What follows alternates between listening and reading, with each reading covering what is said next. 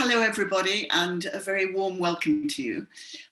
Just before we start our business, I'd just like to say that we're all watching with horror what is happening in Ukraine, and I'm sure that you will all join us in sending our thoughts to our professional colleagues who are affected by the tragic events in Eastern Europe.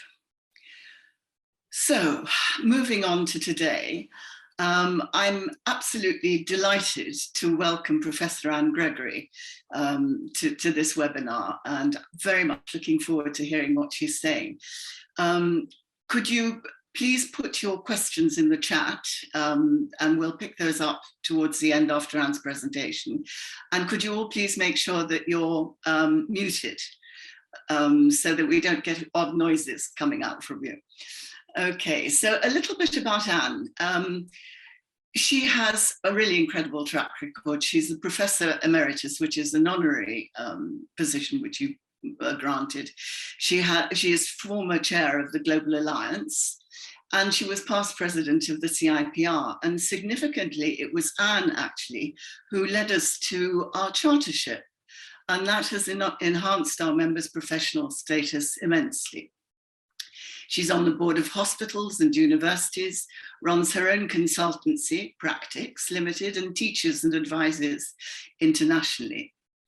She's also been appointed by the UK's Prime Minister's and Cabinet Office a reviewer of government communications, and I'm sure that's a very much needed job.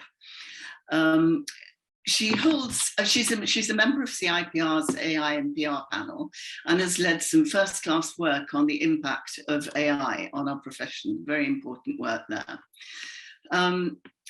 Professor Gregory holds more international awards than I've had hot dinners, and that includes the Stephen Tallent's Medal, amongst many others. Her work on the Global Capability Framework, which was done in conjunction actually with the Global Alliance, led to the Canadian Public Relations Society giving her an Outstanding Achievement Award.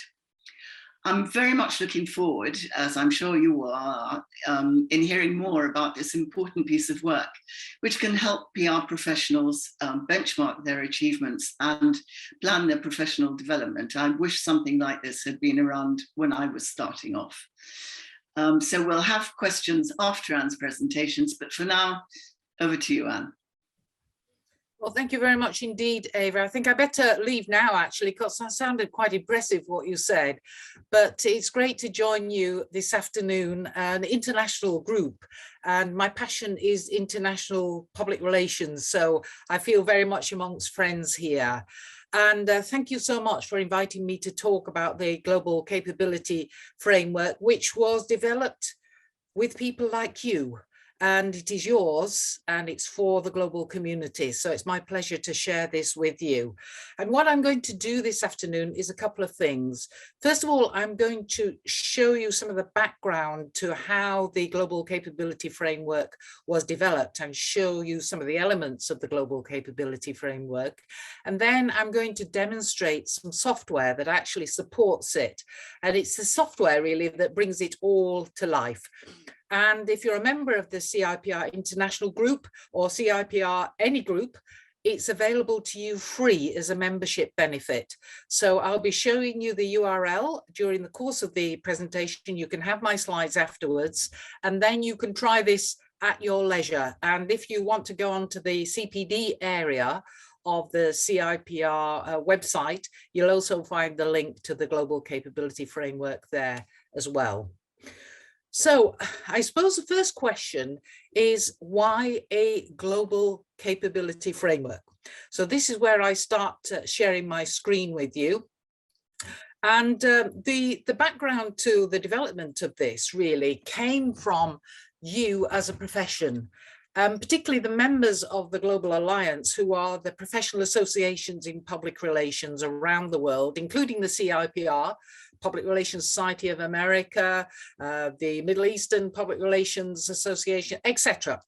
And they said that the PR professional is a global profession now, and yet we don't have a global benchmark which scopes and describes our profession in a way that we all understand it. And we need a common understanding of our professional work, whether we live in Kenya or Canada or Indonesia or Ireland. And therefore, this framework was developed in order to give that sort of common perspective of what we do in our public relations professional work around the world.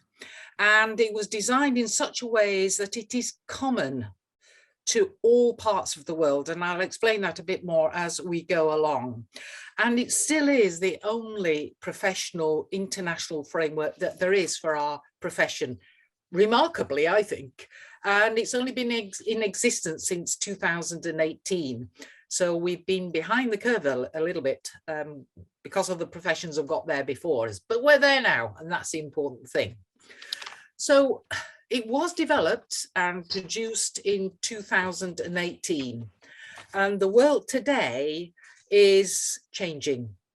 We've seen some crucial, important communication developments over the last 3 years. And if I say COVID-19, I think you know what I mean there. We now have a war in Europe, as Eva has said, and there are wars in other countries as well, and we mustn't forget that.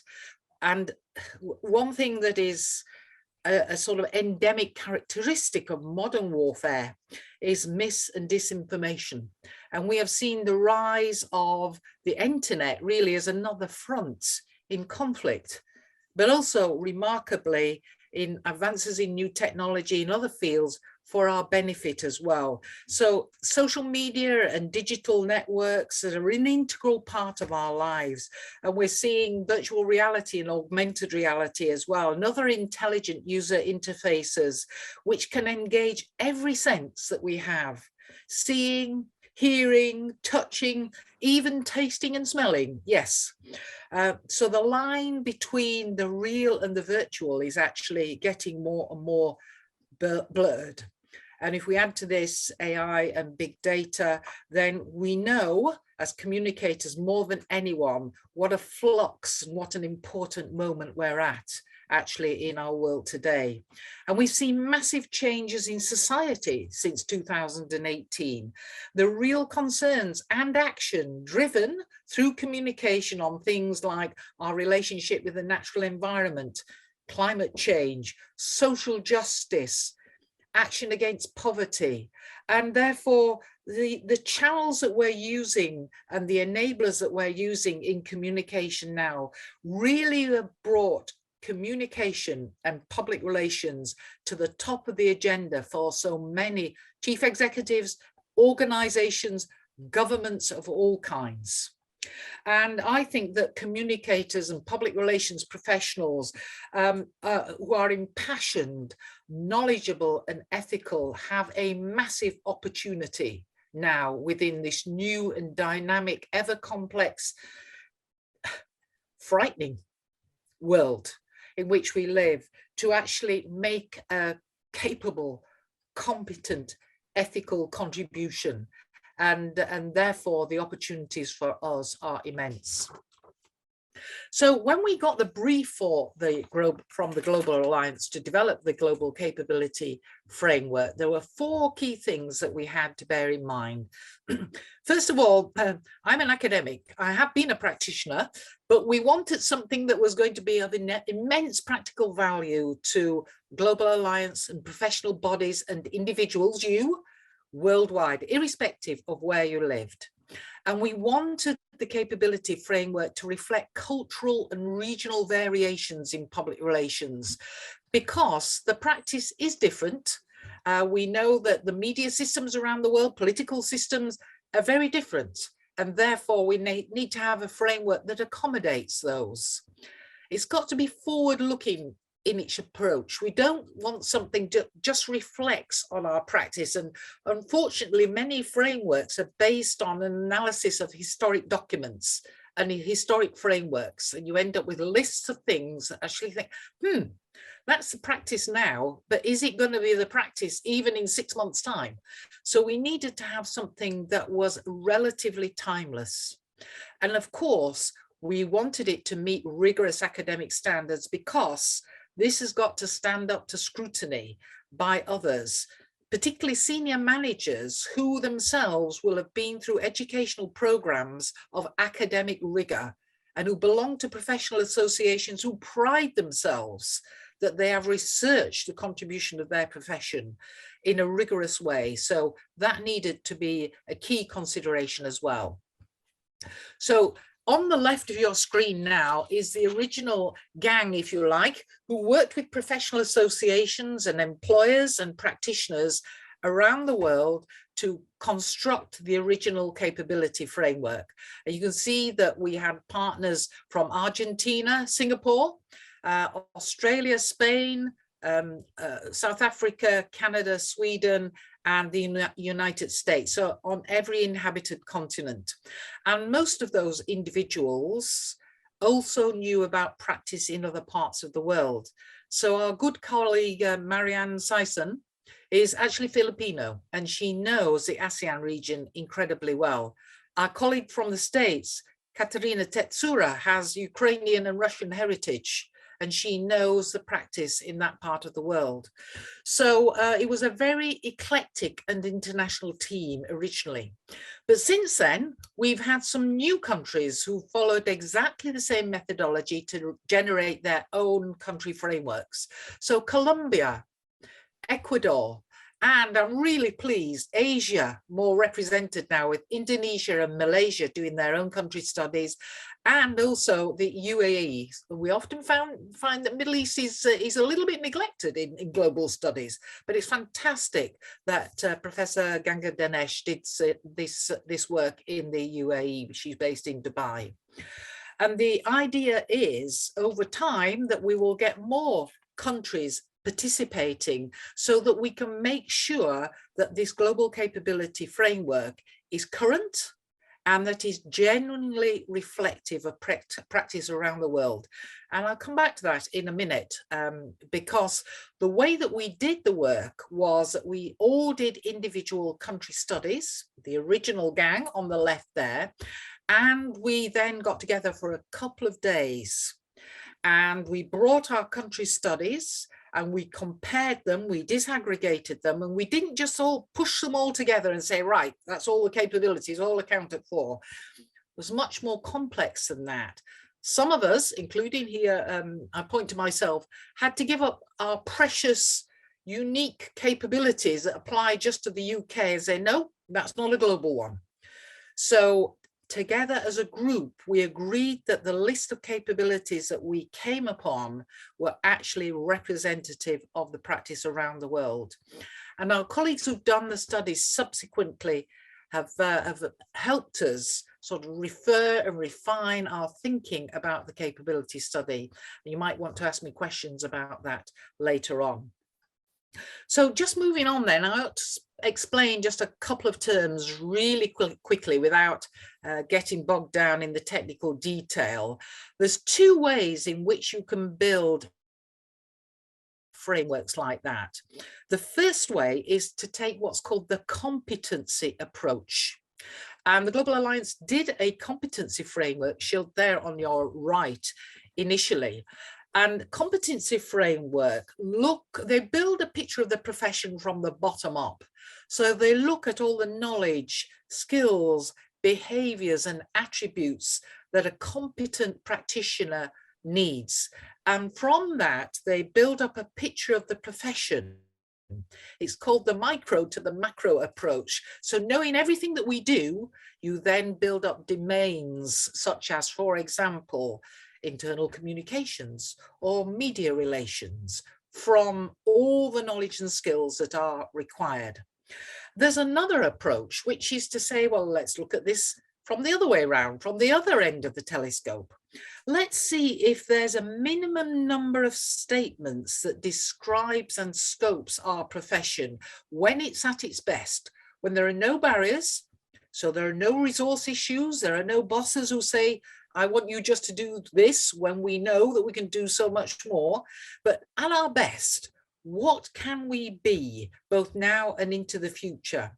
And this is called the macro to micro approach. So you say, these are the minimum number of statements that scope our profession. And underneath that, there will be a whole range of knowledge and skills that allow you then to undertake the full range of work.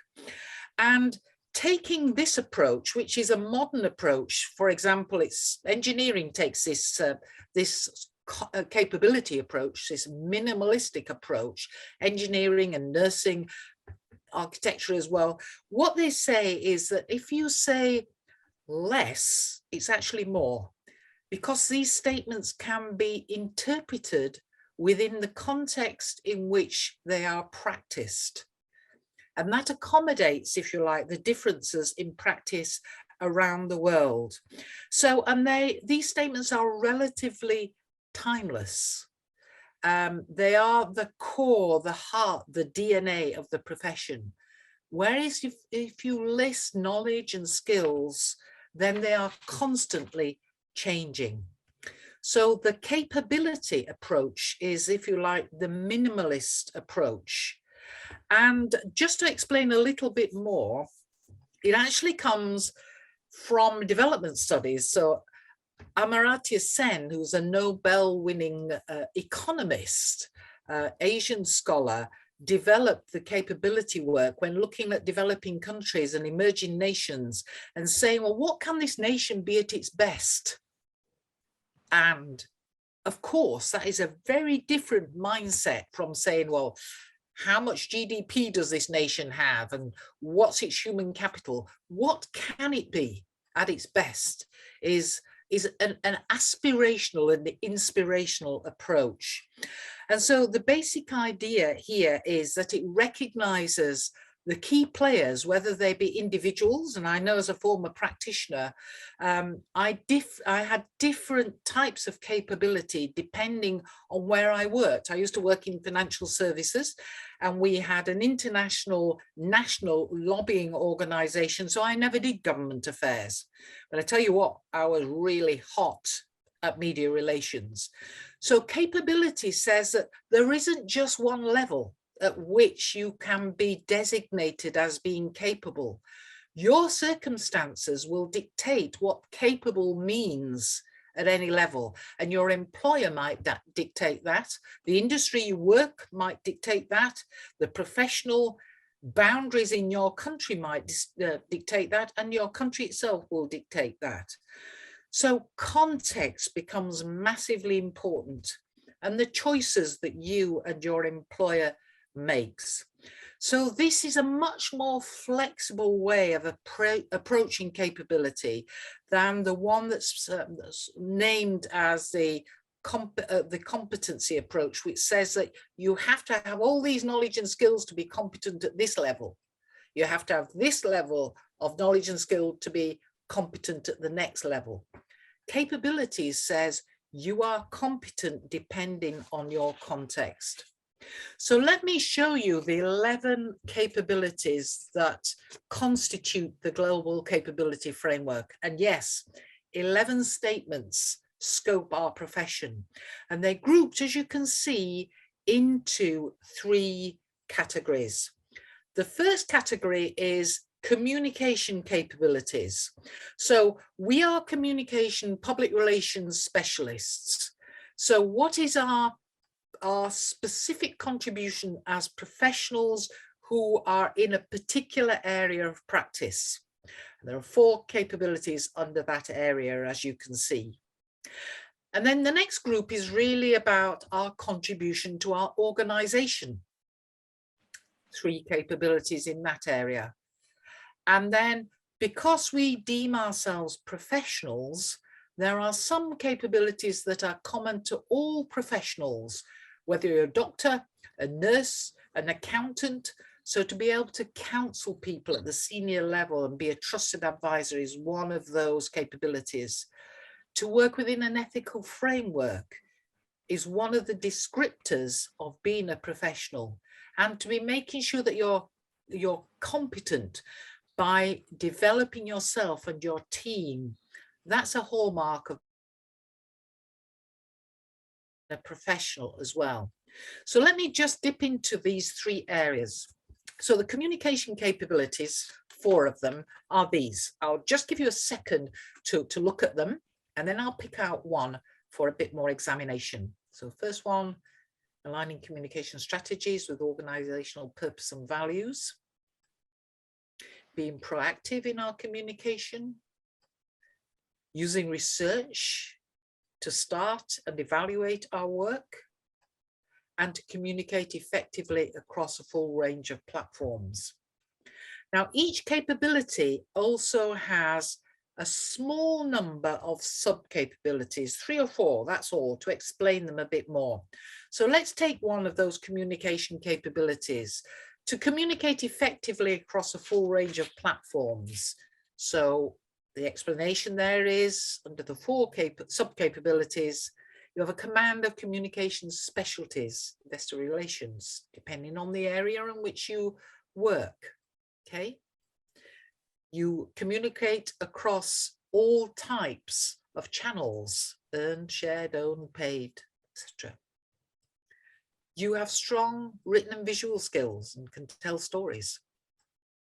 And you synthesize complex concepts and convert them into simple, clear and relevant content. So note, it doesn't say which range of platforms and technologies, because that might be different in different companies, but it does expect you to use the optimum channels in the context in which you work. And you might discover those optimum channels through data analysis, or you might know your stakeholders individually. It doesn't tell you how you might understand what the optimum channels are. But notice storytelling is included in that, and your role as an interpreter, synthesizing complex concepts and being able to tell relevant content simply. So the next group of capabilities are organizational capabilities. And there are 3 sub-capabilities here: facilitating relationships of trust internally and externally. How much goes into that, for goodness sake? To build and enhance organizational reputation, and to provide contextual intelligence. That's about issues management, spotting what the big trends are in the world, understanding what's going on in your industry, etc., and bringing that intelligence into the organization so that good decisions can be made. So let's unpack one of those capabilities, and that's building relationships of trust internally and externally. So you listen to stakeholders and you understand their communication needs. You are able to develop engagement strategies and partnerships which get the best out of both groups in the relationship. And you communicate sensitively with empathy with stakeholders and communities across a range of cultures and values and beliefs, and we know how difficult that can be. And then this group of professional capabilities, 4 sub-capabilities are attached to each of these, and the 4 professional capabilities are providing valued counsel, being a trusted advisor, and you think of the level of skill that is required to be a trusted advisor, what knowledge and skills you need to underpin that particular capability, just huge.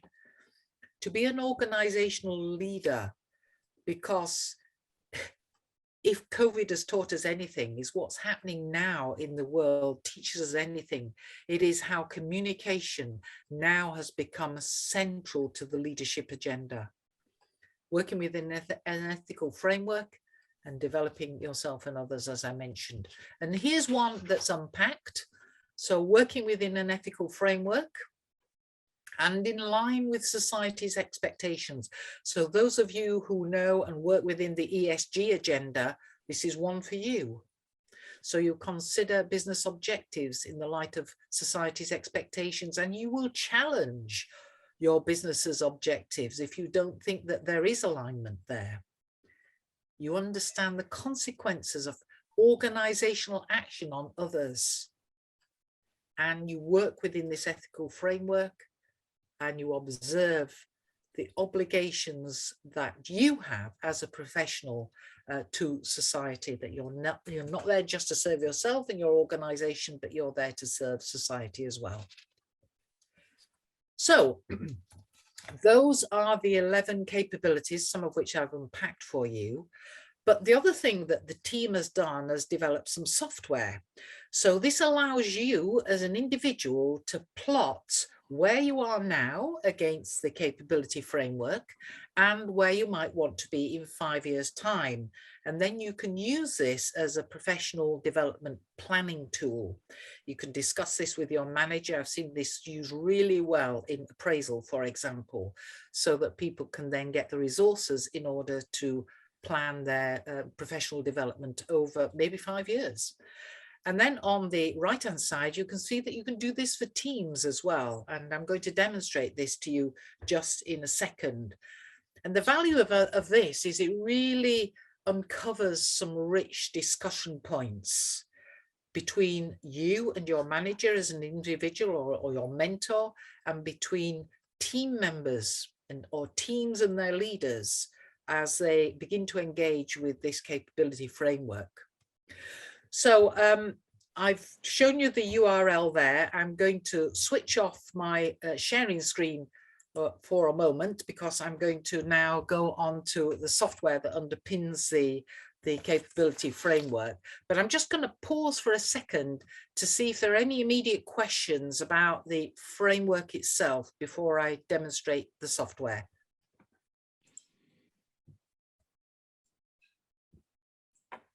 Any questions in the chat or any clarifications from me at all? There's nothing at the moment, I don't think. Anne. Okay, let me go on then to show you the software. So if you click onto the URL that I've just showed you, you will come to this landing page on the Global Capability Framework website. So all you need to do as a member, we're already a member of the software team as a CPI organization, so you don't need to click on this red blue button here. But what you do need to do is just give your email address, give yourself a password, and say which country you belong to. And by nominating the country and saying that you're a member of CIPR International, you'll be able to get free access to the software. Once you've done that forever, then you can just log in. And so I'm going to go now to my demonstration login so that I can show you the software.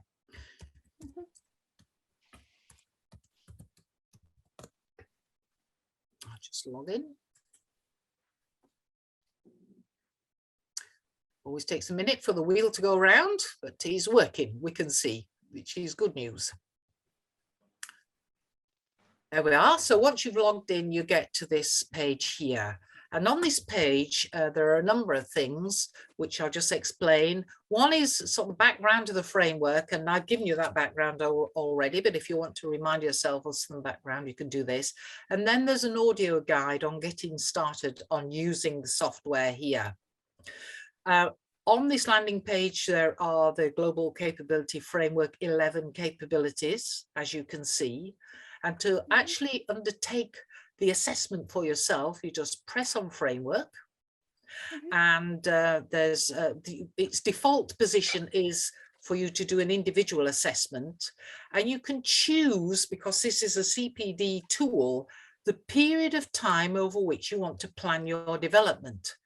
Now we'll just go for the 6 months one for the purposes of this demonstration, but you can see you can plot it over a number of years if you want to. And also you need to pick whether you're going to do the core assessment, which is the 11 main capabilities, or all the sub capabilities as well, which are the full 32 full assessment capabilities. We'll be here all afternoon if I do all 32. So we'll just do the core assessment. And all you do then is click on Start Assessment, and it takes you through each of the capabilities in turn. So the first capability was to align communication strategies with organizational purpose and values. And you need to make a judgment of whether or not you are less experienced or more experienced at this capability. And at the bottom, for each of these capabilities, there's a brief explanation of what less or more experience means. So I've got limited experience of developing communication strategies, maybe because it's my boss that does that. And I should say very loud and very clear that nobody should score 10 out of 10 on all of these. It's just not the reality.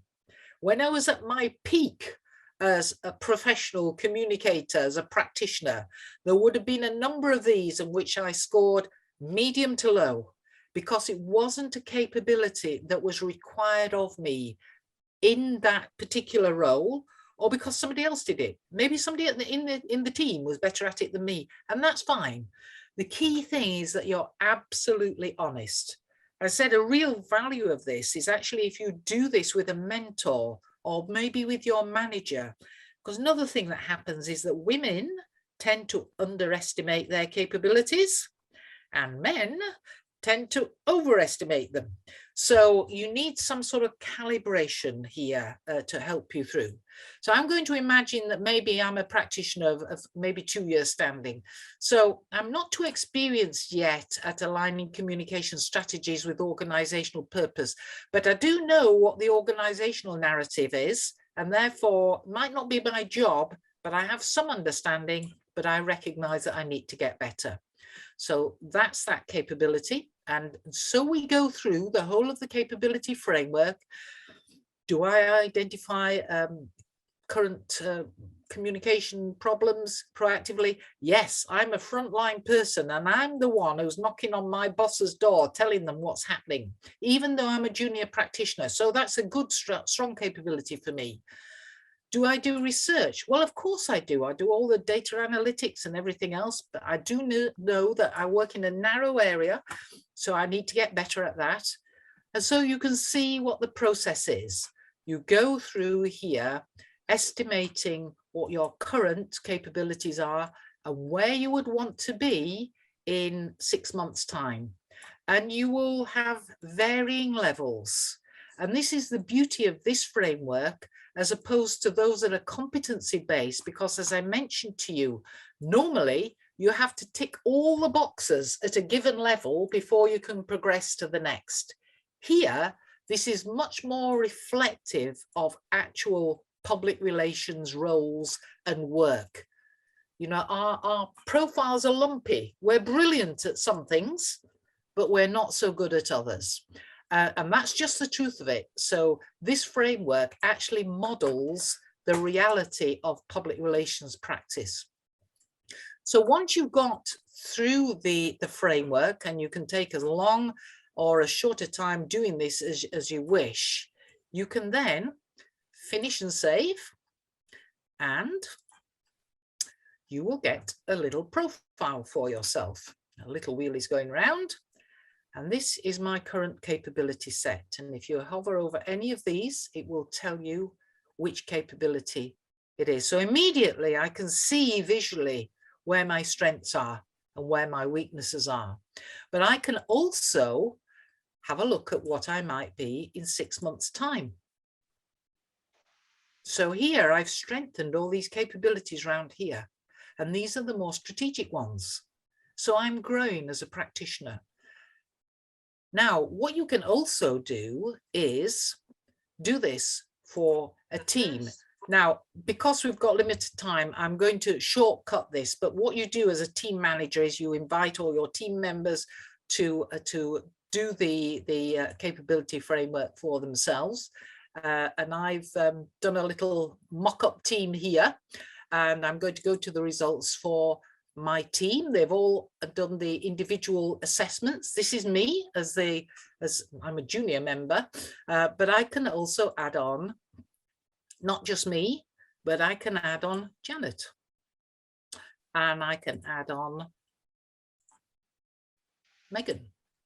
And I can, sorry, these are all English names, colleagues. For those of you who are not in England, I do apologize. I need to change this, don't I? I can add on John, and I can also add on Julie. So here's my team. Now, you can imagine, I actually did this with a large engineering company in Spain, and I'd been scheduled to spend an hour with them. 3 hours later, they were still discussing their radar chart for the team. And you can see that this team, this is just an example team. It's not that engineering team. Don't think this is real. But this team is weak on the strategic stuff. It's a very tactical team. You can also see that if Janet leaves, she's the green person here, this team is going to be severely weakened in a number of areas. So there are questions there about the construction of their team and their strength in depth. They seem to be quite strong on this capability here, which is identifying communication problems proactively. But on this one, they're not organizational leaders. So they are probably not going to be anywhere near the chief executive suite. They're going to be regarded as a tactical team. So as a manager, I would then be looking to expand the capability of some of the team members. I might be wanting to recruit somebody new. I certainly will be looking at this and thinking, what's the shape of my team like in 3 years' time? Because I need to do some serious succession planning here. So this is the richness of this radar chart here, that it opens up those discussions. So knowing what our strengths and weaknesses is one thing, but what do we do about it? So I can actually go to a list of resources. On the resource tab there, the guide on how to use the framework is there for individuals and teams. But I can also, you can see this is structured under each of the capabilities, and this is made up, but you could do this. CIPR has got its own suite, but this is my demonstration suite. This is made up of a number of organizations who've contributed things. Let's have a look what the Public Relations Institute of New Zealand has used the capability framework for. So I'm just going to go to their site now. Hopefully they're awake at this time in New Zealand. And a whole range of courses here. Here we are. We've got the right words. Now, Catherine Arrow, some of you might know, and Catherine's running a course on the 7th of June. And let's have a look at what Catherine is doing. So she's doing a series of courses on writing, which is great. And at the bottom there, she's actually aligned them to the capability framework. So if you're doing CPD, you're claiming points, you can actually do this. You can say, look, well, look, I'm using the capability framework to develop these areas of my skills. Let's have a look at something else. So Public Relations Society of America, see what they've got on reputation management, because that's about shaping organizational culture. Well, they've got a certificate program there. So there are longer programs that are available as resources as well. And this is offered to you, actually, as a CIPR member. There's some sharing between some of the institutes. And let's see if there's something here by the Chartered Institute. So I think there was something here. Oh, yeah. Leadership skills. So offering organizational leadership. Ah, that's interesting. So it's taking me not to something that's PR specific, but this is a general leadership skills book, which is offered by Kogan Page. So the resources can be populated from a range of sources, and it's really good this. It's infinitely adaptable, just gives us links through to all sorts of things that we might want to avail ourselves of, both from within the CIPR and internationally as well. So I think that the capability framework gives us a lot of flexibility, and I'm just going to finish off by just giving you a quick overview of what some uses of the capability framework have been put to. I'll just go back to my PowerPoint again ever so quickly. So this is the uses, the feedback that we've had. So I've been able to use the capability framework to review my own and team strengths, to plan development, to draft job adverts, to prepare for appraisal or promotion.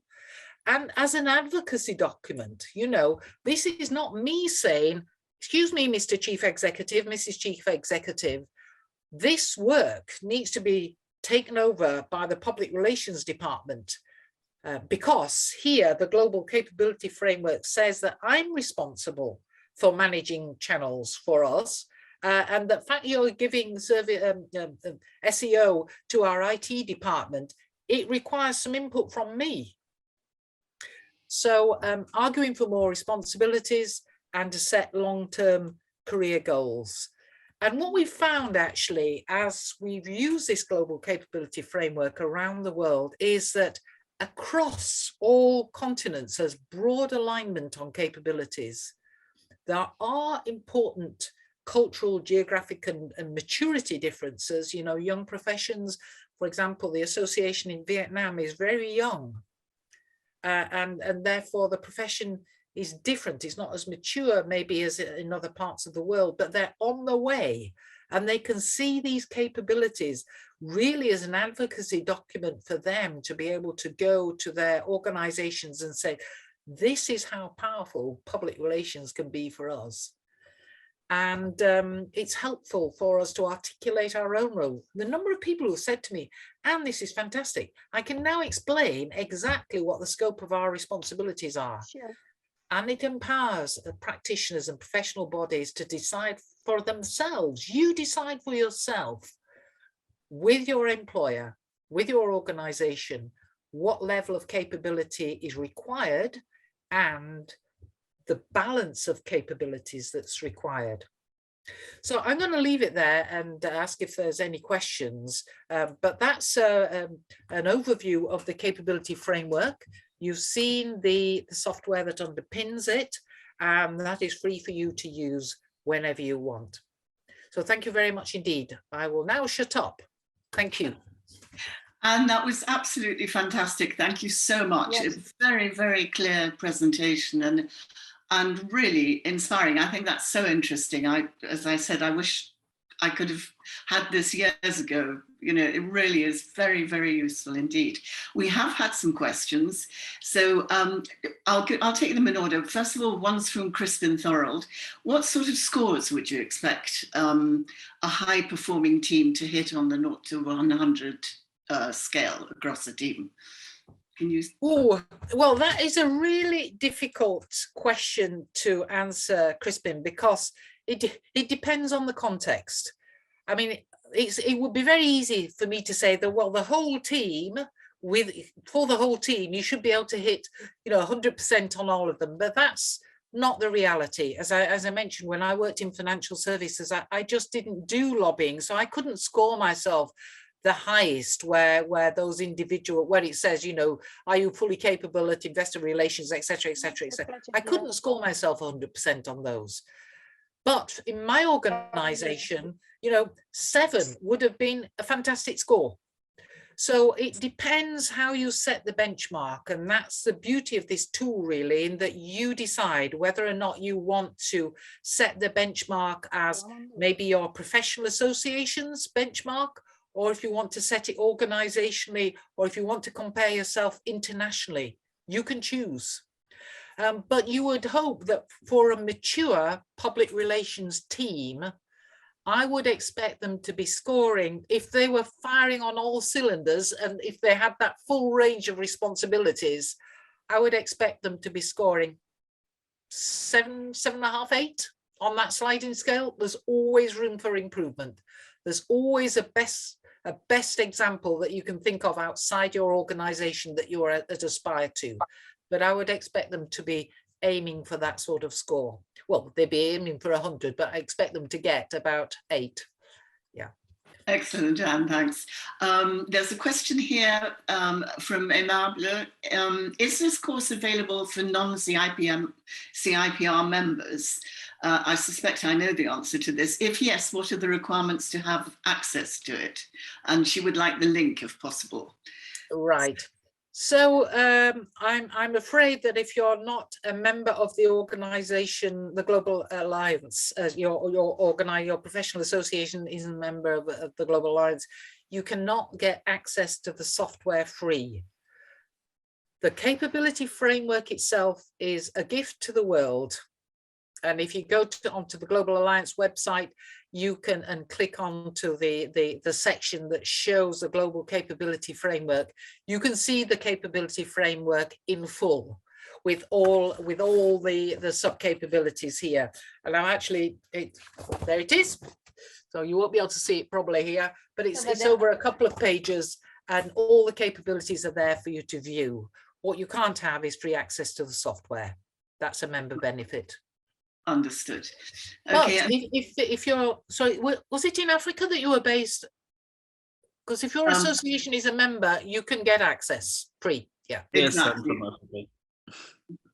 Sorry, could you mute? I can hear the background noises. Could everybody mute themselves? If you have questions, do put them in chat. Yes, if you're based somewhere where there is an association which is a member of the Global Alliance, then you're covered.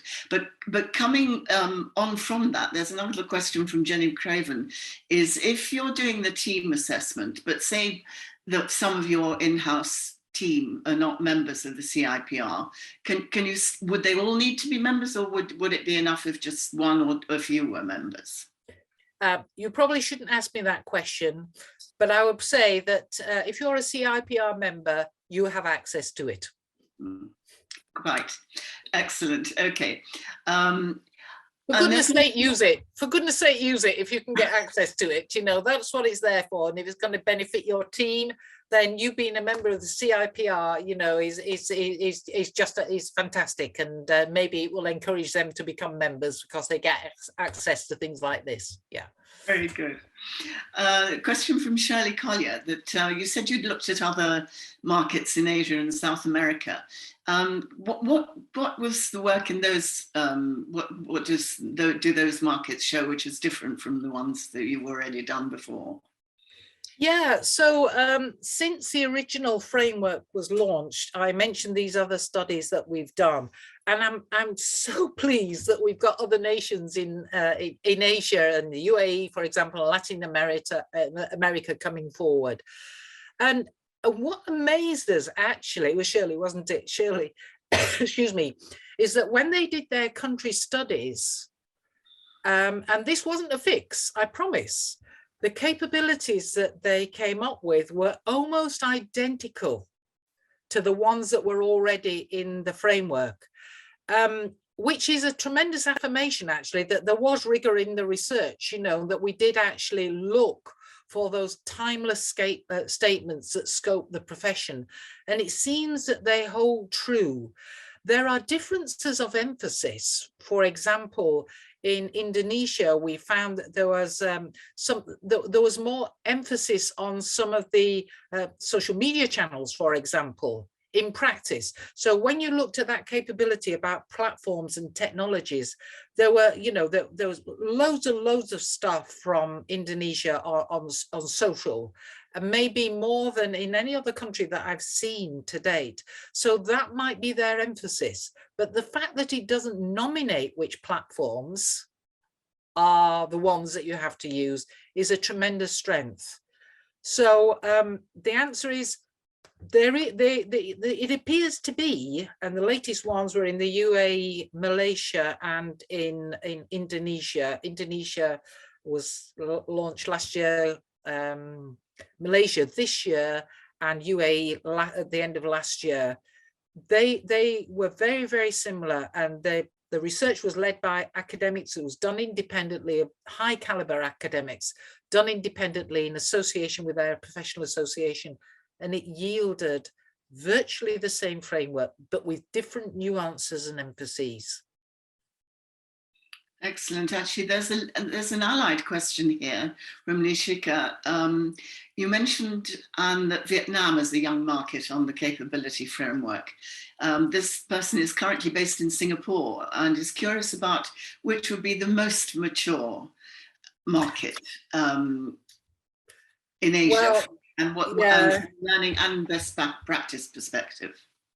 Well, Singapore was one of the early participants in this, one of the original gang of 10, and and the results for Singapore are interesting in themselves, because Singapore, as you know, is a very advanced economy, and there's a lot of global practitioners based in Singapore and a lot of international consultancies.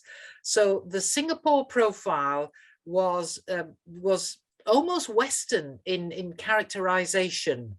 But the interesting thing in Singapore was that it's a small country and people know each other very well.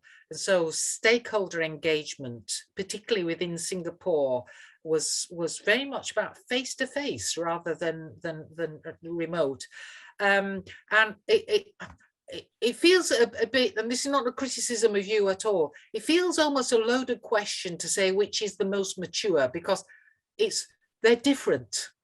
But Singapore was, if I could characterize it this way, was more sort of, looked more Western than some others in Asia, simply because of the nature of the professional communities who operate in Singapore.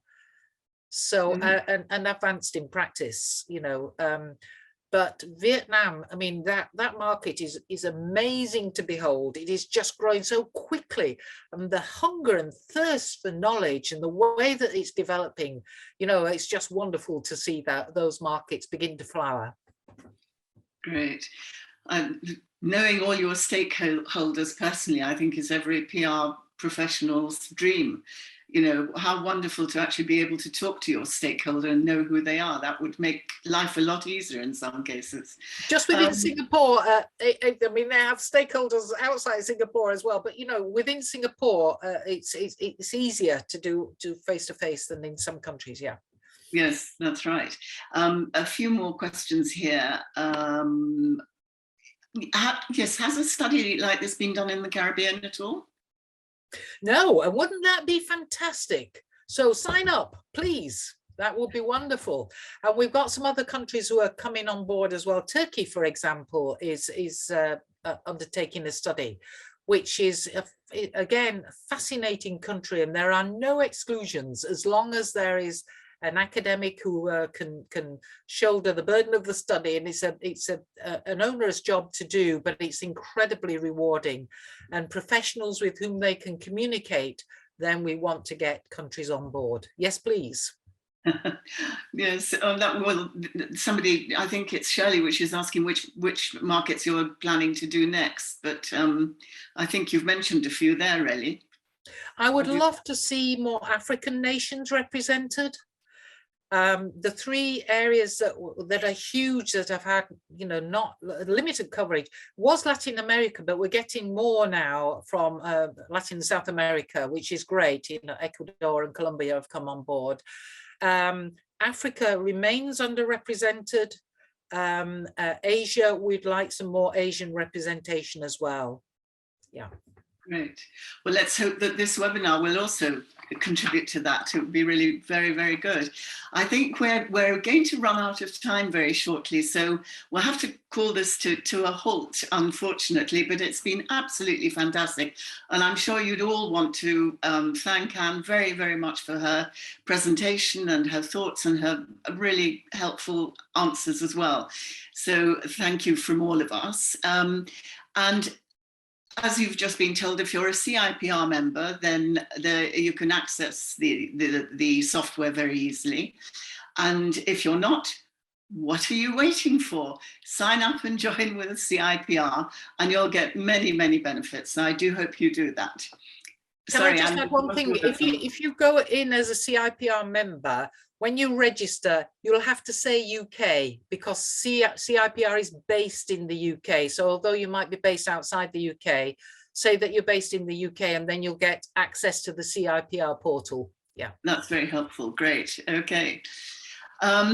that brings us to the end of this, but I'd just like to mention the next webinar which I'm doing, which is on the 30th of March, and I'm chairing it for the Global Alliance.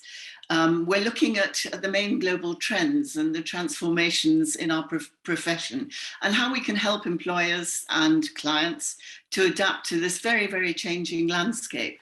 So all the speakers are board members of the Global Alliance, so it should be a really fascinating discussion. If you go onto the Global Alliance website and look at Trends and Transformation, you'll find the link there for booking, and I do hope you'll join us. It's 1 o'clock British summertime. Yay, we're moving to summertime on the 30th of March. And I look forward to seeing as many of you there as possible as well. And finally, just thank you all very much for joining and for answering some really great questions, asking some really great questions. Very good to see you all here, and some of my friends as well. So that's great. Okay. And finally, thank you again. It was absolutely wonderful. Thanks a lot. Thank you. Thank you for having me. Hope to see you soon. Indeed.